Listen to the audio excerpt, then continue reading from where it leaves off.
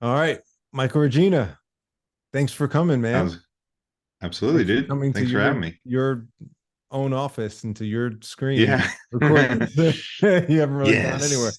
but it's been good It's good hanging to out. talk to you And from a yeah, distance. yep, good to Yeah. be catching up a little bit this evening. And you jumped on this quick. I appreciate it. I think was it Yeah, yesterday? man.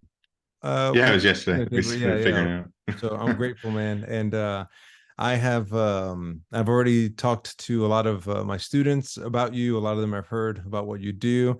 I don't know if Mm. you uh, see how often your name is Google searched, but at least this week it was a few times. I can guarantee you that much Nice. from New York. So That's uh, cool. yeah, I already told you a little bit about what we do, what I'm trying to do here with this YouTube channel. And unique, Hmm. I have a lot of students who love to draw. In fact, I didn't share this with you earlier, but one thing that I do is we have these Bible memory quizzes every other week or so. And Hmm. when they're done with it, while they're waiting for the others to finish, they can flip it over and I give them like a drawing prompt of All whatever right. or whatever, and they all draw on the back of it. And Hmm. this week, actually, I have two Oh. from yeah, it was this week. This one was draw like some kind of your idea of what the letter that a letter that Paul would have written, one of the epistles, what it would Mm. look like. And so this was one. Nice. You could That's see they cool. wrote, hello, fellow church. Hello, fellow God is church. Yeah. the word that's written in there. So I thought that was pretty cool. And That's then cool. this one, this is pretty funny. This is supposed to be of me. Okay, so I'll just let you look at that there. Ah, that's awesome. Yeah. So anyway, I have It's a lot. accurate. It's perfect. It's super. Yeah, it's spot on. I have students that really love to draw. Some don't care for it as Yeah. much. A lot of them do. And as I'm sure you can remember, being in Mm. middle school, high school age, you're always thinking about at times what you want to do when you grow up and what things you enjoy. And oftentimes, Hmm. that's kind of the lens through which we look at that age looks at what they want to do. Right? What do I like to do? And I just want to do Hmm. that for a living. Yeah. Most people don't actually get to do exactly what they want to do for a living. Yeah. Hmm. However, the Lord has opened up some doors for you to be able to do this. I know that you have other Hmm. things going on as well, but um, Yeah. before you answer the question I'm about to ask you, I do want you to give a little bit of a kind of a self introduction, backdrop of what got Mhm. you into the professional graphic novelist artist career, and Hmm. what you've been doing, and some of your work that you've already put out, and then you can Yeah. get to the question itself. So let me give you the question first. The question is going to be just quite simply, what is it like? What has it been like to be a professional artist? So I'll let you give Okay. a backdrop first, and then you can go ahead and answer that question. All right. Sounds good. Yeah, my name is Michael Regina. I write and draw graphic novels specifically for younger readers or what you would call middle grades. That's like your 8 and up age.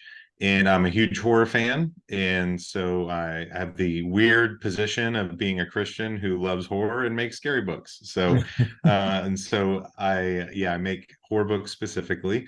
And my most recent one is a book called The Sleepover, which is like all you can get it pretty much anywhere. And before that, I self-published a series called Adamsville that I was really proud of, and it was kind of where I learned the ropes of making graphic novels and kind of like what it took to actually do this.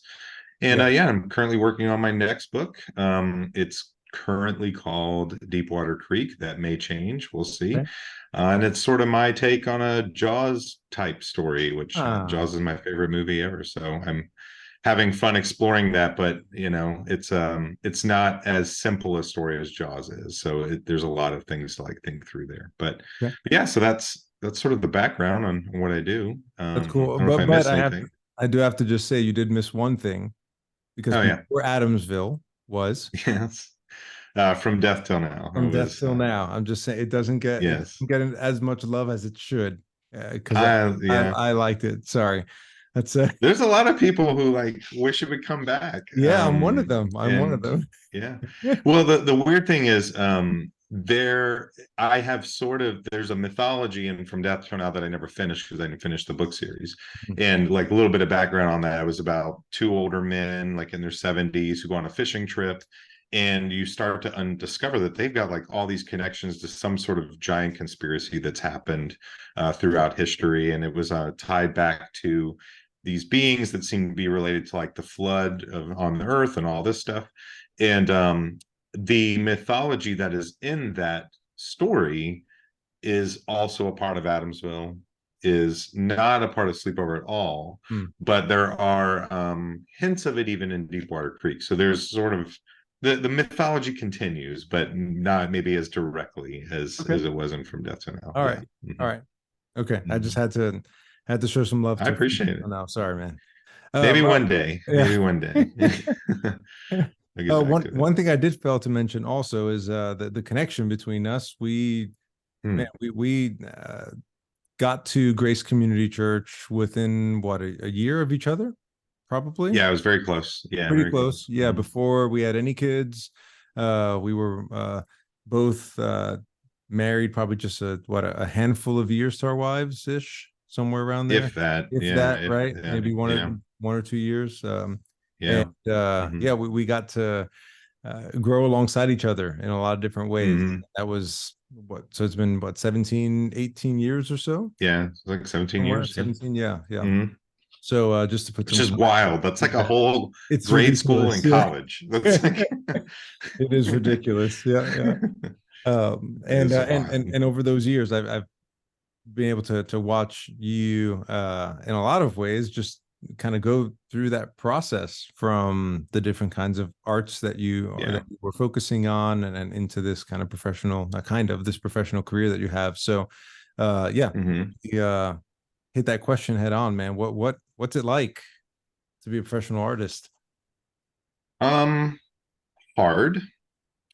Hard because like kind of hinting back what you talked about, like this idea of like what do you want to be when you grow up? And I know this is something you and I talked a lot about, talked through a lot of like I experienced a lot of deep unhappiness in my mid 20s because I wasn't finding the success I wanted to find in being a creative person. I wasn't able to make a living doing it.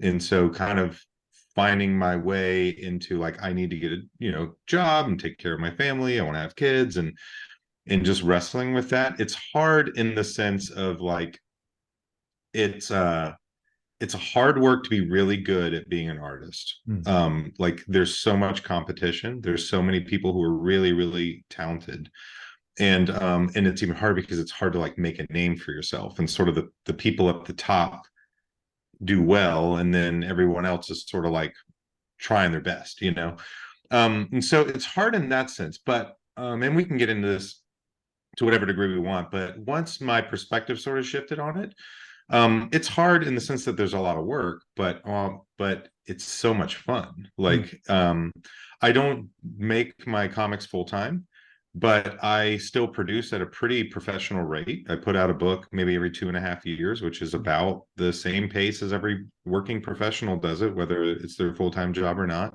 Wow. So a lot of like adjustments to my personal schedule that I have to make that work.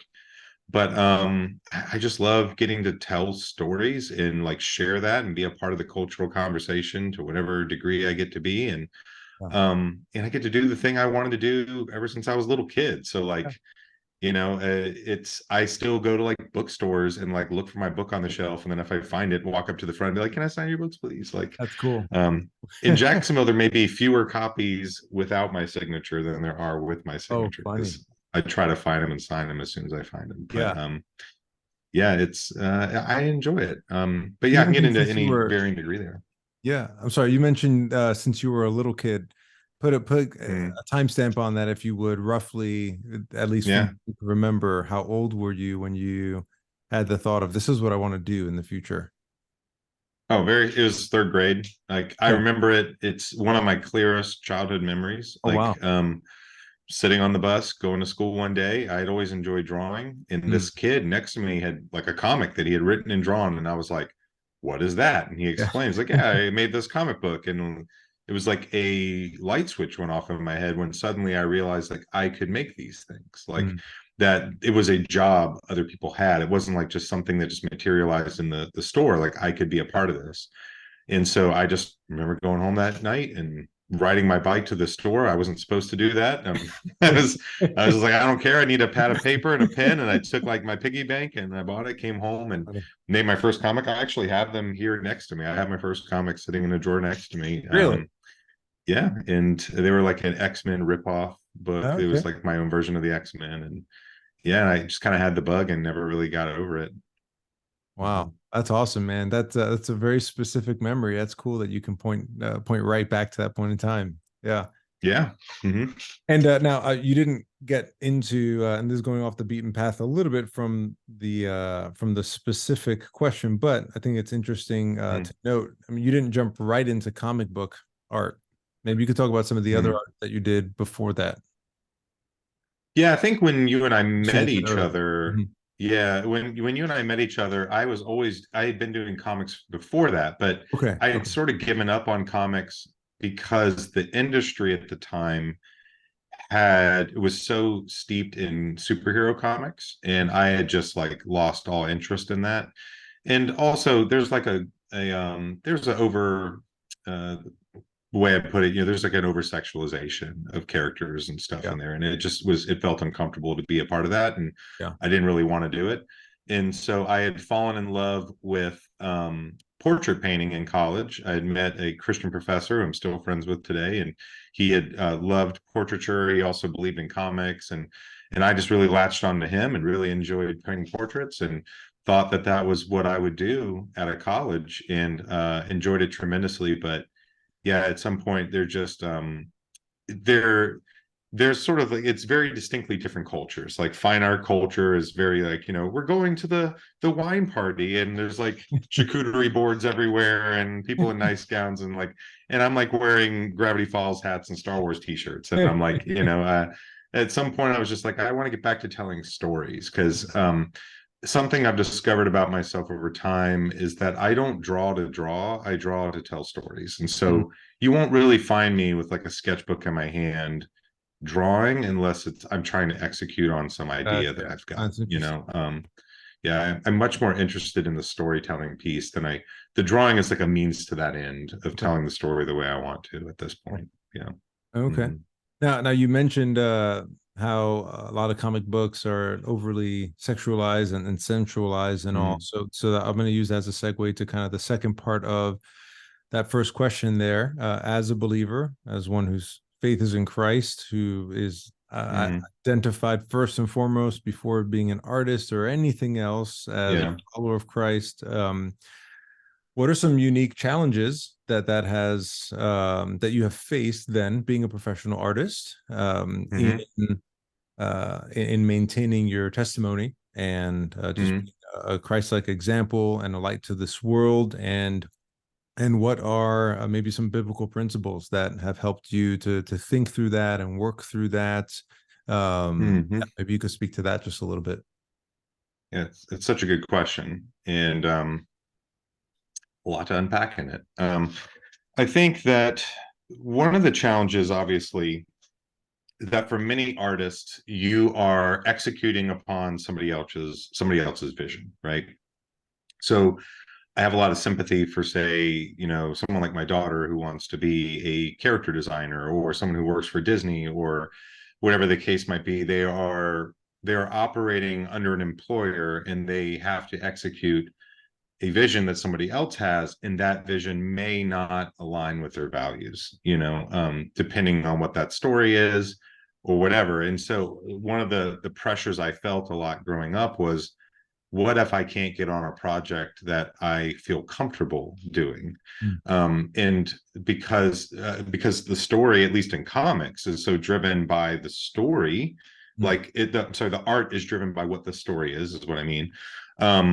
And so you have to be so selective about what you're picking so that like one of the things I put out like is like I want to be able to like hand my book to my pastor at church and not be ashamed, hand something I worked to him and not be ashamed of what was in it or have to justify something that was in it.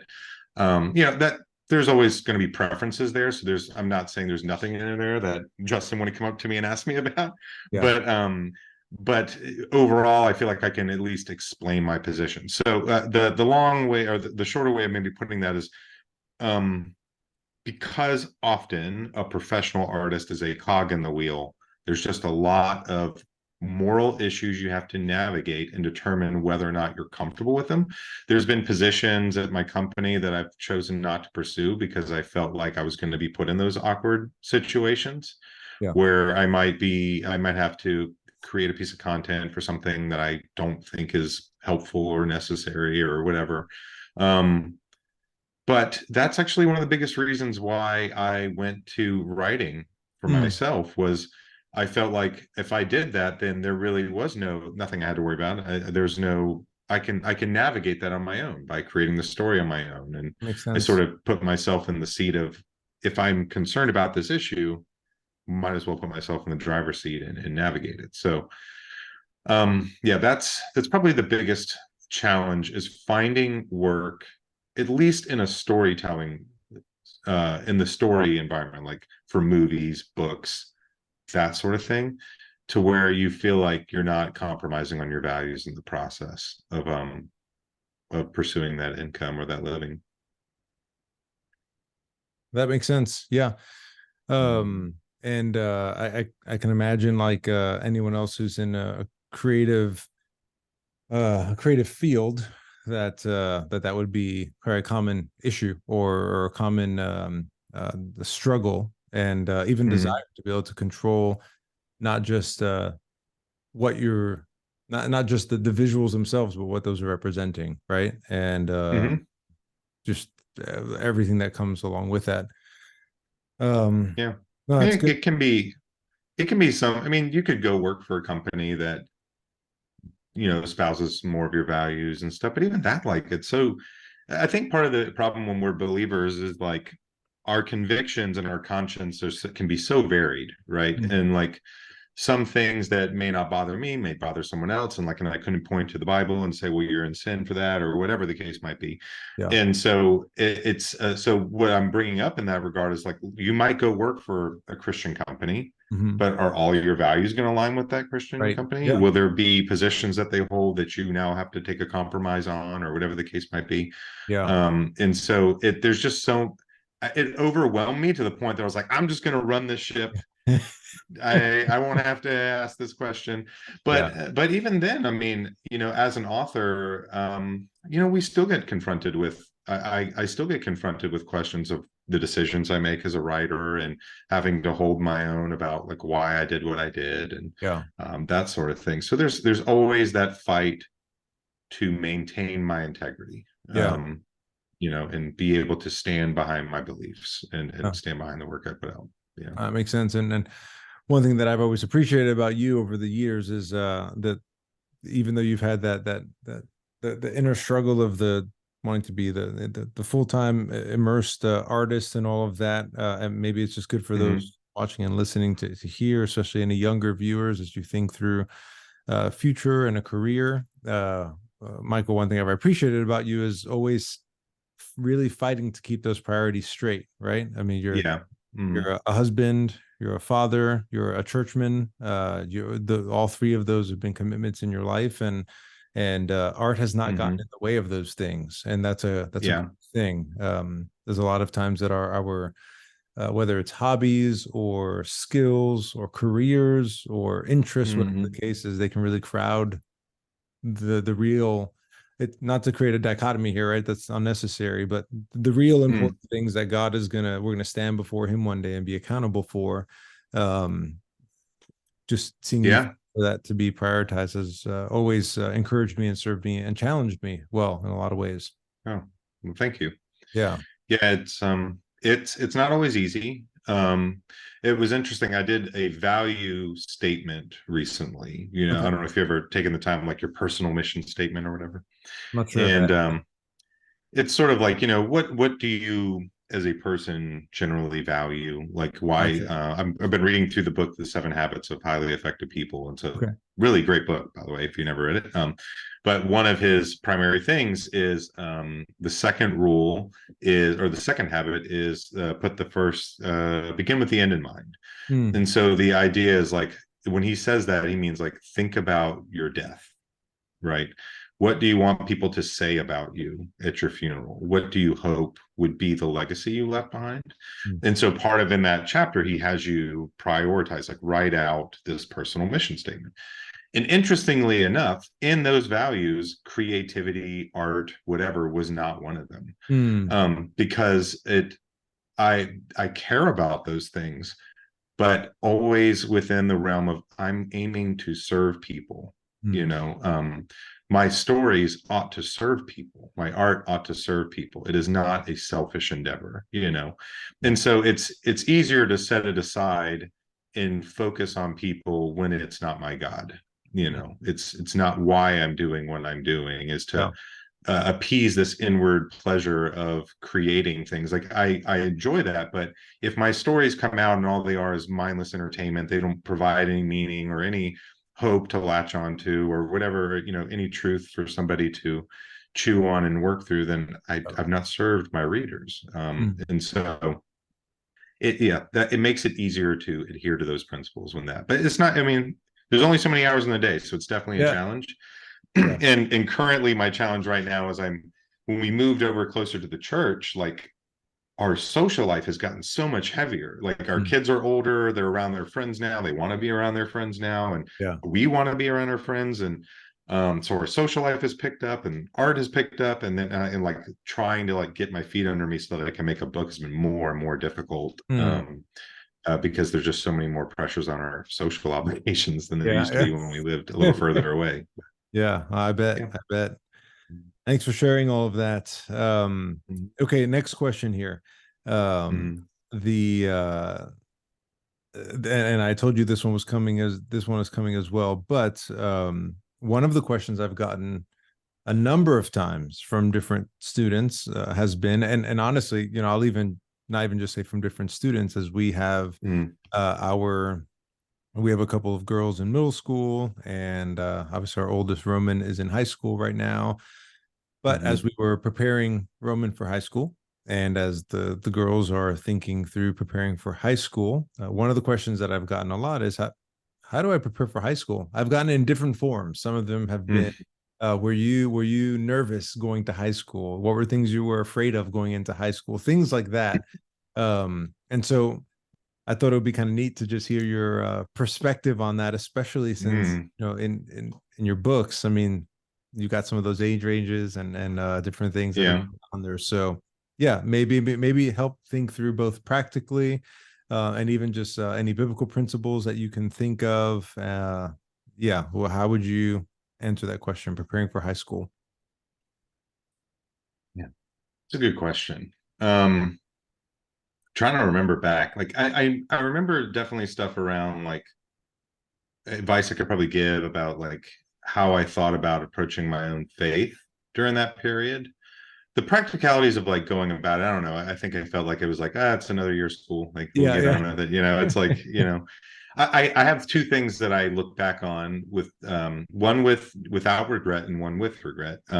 One, the regret piece was that I think I underestimated how important it was to learn good habits of like working hard, Hmm. putting your time and energy into it. Like so the practical example here is in the state of Florida, if you have a 3.0 or higher, you qualify for Bright Future scholarships, and Okay. those Bright Future scholarships can pay for either 50% all the way up to 100% of your college, right? Gotcha. So I missed it by one grade in one class. Oh, And so oh, if I'd made what one class was grade it? You got to tell higher, me what I class was don't it. know. You don't I don't even think it remember, matters. yeah. It's like if I had just gotten one grade higher in Yeah. one class, I would have qualified.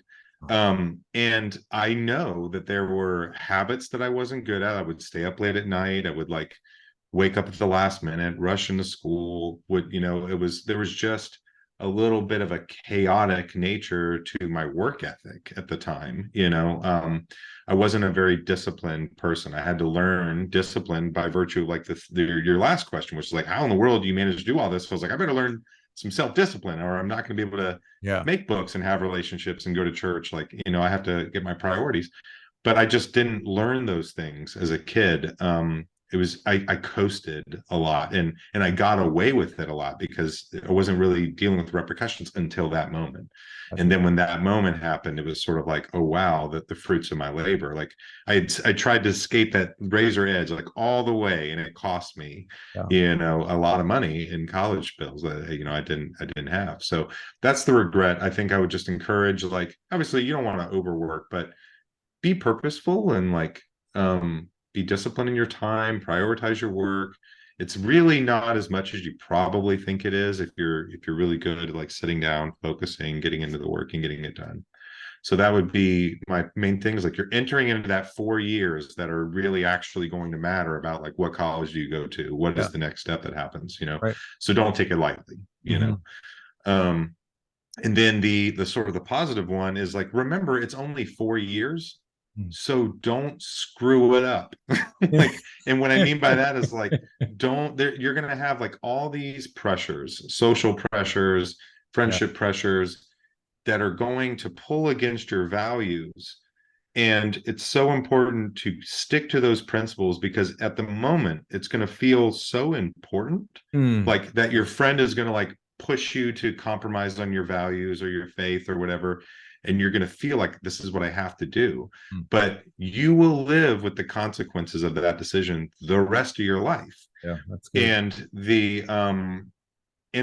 the way your social interactions work in high school is not reality. Yeah. Like, you're going to graduate and you're going to realize no one cares about how popular you were. That's the No truth. one's going Yeah. to care. Yeah. Yeah. And if you were like rude to your teachers, like, guess what? You're going to get fired from your job. Like, Right. Right. it's like, like, so it's one of those like jokes when people would say, like, oh, you're in a homeschool, your kids are going to learn no socialization. I'm like, I don't know. I didn't learn a lot of helpful socialization. Yeah. Yeah. And Yeah. I didn't, yeah. So there's certain tendencies that you're taught to believe are like okay or cool, and then you get out in the world and you're like, no one cares. Like, Yeah. it's harsh reality. So all that to say, like, yeah, really stick to your godly principles. They will not fail you. Mm. And I was thinking about this recently. I was like, God has never let me down for obeying his word. Mm. Doesn't mean like there hadn't been consequences, or like, things that have been hurtful, but I don't look back with any regret having obeyed his word. And and in the times when I disobeyed his word is when I look back with regret, and wished I would have made a different decision. Yeah. That's good. So stick to those principles. It's not, it feels like it's the biggest thing in the world, and it's really not. it's Yeah. it's 4 years of your life, and then you'll be That's off, great, man. you That's know. that's good. Yeah. I'm looking forward to quite a few hearing those very words, and those are things I know I can pass along to some of my own kids as well. Very There helpful. you go. That's good. Mhm. Cool. Well, I already know I'm gonna have to chop this up so much, other than the uncut version, because just for the Mm. sake of keeping the main episodes a little bit shorter. So if you're watching this or listening to this, and you're watching just the main episode where it is put into the normal "Hey Mister, how about this" episodes, is episode number 2, I believe this will be in. Go ahead and watch or listen to the whole uncut version, because it's going to be worth it. Trust me. I know I'm about to cut out some good things. So, but one thing I'm not going to cut out Yeah. is what I'm calling quick fun facts. Okay. All And right. the I haven't told you these questions ahead of time, but I'm going Mm. to ask them to you anyway. And All just right. Let's go. this is kind of a lightning quick thing here. So, Michael Regina, favorite dessert? Moose Tracks ice cream. Okay. All right. Yeah. Favorite color? Blue. All right. I think you may have already answered this, but dream job. Graphic novels. Yeah, you got it. All right. Yeah. All right. Fun advice for a middle schooler or high schooler? Fun advice? Fun advice. Yeah. Uh, yeah, fun advice. Gosh, I don't know. I would go back to like again, things aren't so big as you think they are, but I don't know, man. Like in middle school, like explore, try new things, learn new stuff. Don't take everything so serious. Yeah. All I right. go Cool. visit these middle schools and they all look so serious. I'm like, everybody calm Yeah. down. Like Yeah. it's like That's good. That's good. The too cool for school. Yeah. Uh, yeah, that's all right. And all right. Favorite Bible verse or most impactful hmm. sermon or sermon series? You Oh can answer wow. both if you'd like. Yeah, I mean, a Bible verse that really strikes me, I believe it's Proverbs 16:3. Commit your works to the Lord and your plans will succeed. Hmm. I think about that a lot. So, I'm paraphrasing a little bit off the top of my head, so hopefully I didn't completely butcher it, but that's the gist of the verse. And so yeah, that one really sticks with me because it really does remind me like everything I do is under the Lord. And then the other one, sermon series. Um, this is John Piper's lecture series on Tulip. Okay. Yeah, All right. it's an old one. I don't even know if you can get it. It was like a lecture series he did for Wheaton College that really like knocked me out of my socks. Okay. Cool. Awesome. That's good to know. I'll have to look that up. Mhm. Awesome, bro. This has been fun. This has been Yeah, a lot of absolutely. fun. I've really enjoyed this, Yeah. and it's good to hear. Yeah, there's a number of things you've said in our time here that I didn't even know about you. So here we are, just 17 years in. I'm still learning There you go. details about you. That's awesome, man. Likewise. Cool. Well, I'm very grateful to you for taking this time, and I look forward to just seeing youth and families grow through just the different principles that you've shared and your own story Mm. itself. And if you are listening to this or watching this and have not read any of Michael Regina's books, please take the time to look up Adamsville 1, 2, and 3 and The Sleepover. Sadly, I don't think you can get From Death Till Now. No. I happen to The own. PDF is out there. The Oh, okay. PDF is out there. Yeah, All I think right. it's on Gumroad. I think Okay. so. I don't even know what that is. Gumroad, but I It's do have a a physical copy. I own one. So if you're there watching you go. this and you know me personally and would like to read it, I may be willing to lend it to you. Possibly. You looking it up there? You see it? I'll find it. I'm pretty Okay. sure it's out there. All right. Well, if it is out there, maybe I'll put a link in the description below on this video as well. But Michael, thank you so much for taking Thank the you. time to do this, brother. And hopefully this won't be the last time. I hope not. All It'd be right.